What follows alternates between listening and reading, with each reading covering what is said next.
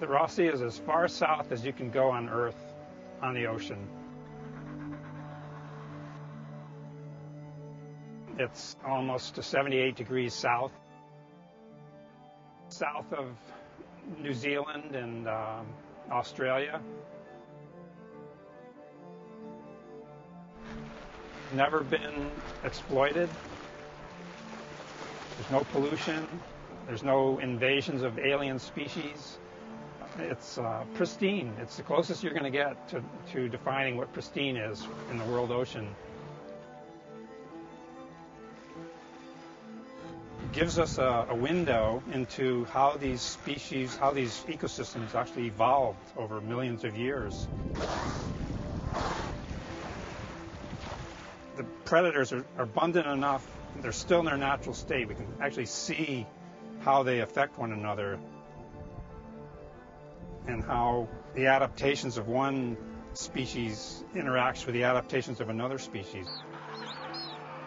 One predator or a group of predators actually affect the food web in levels way below them. When the top predators eat the smaller fish, and that means there's more of the zooplankton, so then that means the more zooplankton there are, there's heavier grazing on the phytoplankton, and so you can see the relationships cascading down into the food web.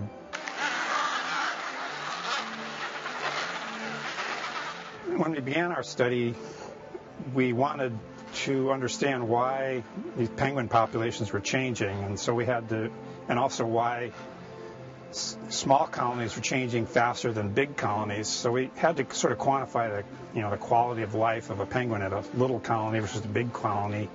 So we had to come up with some way to measure their effort, their breeding effort and their foraging effort. So essentially we used, like a barcode sort of thing, or, when you go through a Golden Gate Bridge, you get your money taken out of your wallet automatically. Well, so we used the same technology. Actually, the person actually invented that stuff worked with us. Penguins have microchips that we've implanted under their skin, like in dogs and cats.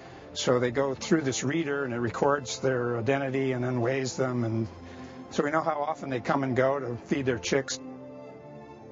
Penguins are pretty accommodating. It's pretty easy to catch them the first time. The second time, it's definitely a struggle, and you'll never catch them the third time.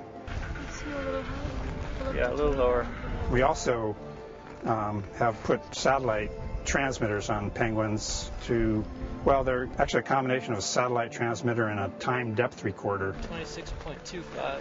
So that we can not only find out where the penguin is foraging, the exact spot within a few meters, but also how deep it's diving and how often it's diving.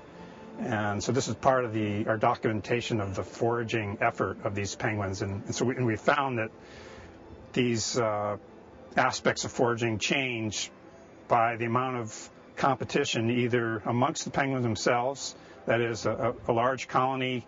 Penguins at a large colony have to forage more intensively than at a small colony. And also the same technology has shown us that when whales show up and start to eat the same food, that the penguins have to spend more effort in getting their foods. And we found that when there were a lot of whales around, then the penguin foraging trips got really long. And so here we reasoned that the whales were competing with the penguins, just as the penguins were competing with the penguins.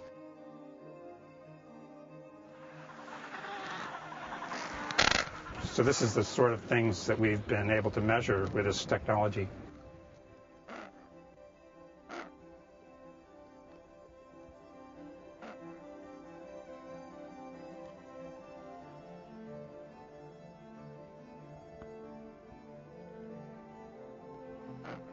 For me, just knowing that there's such a place still left on Earth, knowing that you don't have to go to Europa to find a pristine ecosystem, to know that here's a place that is just like it was when humans began to spread over the Earth.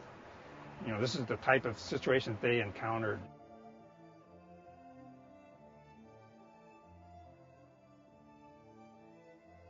So from that basis, it's this incredible laboratory for measuring how oceans ecosystems actually work.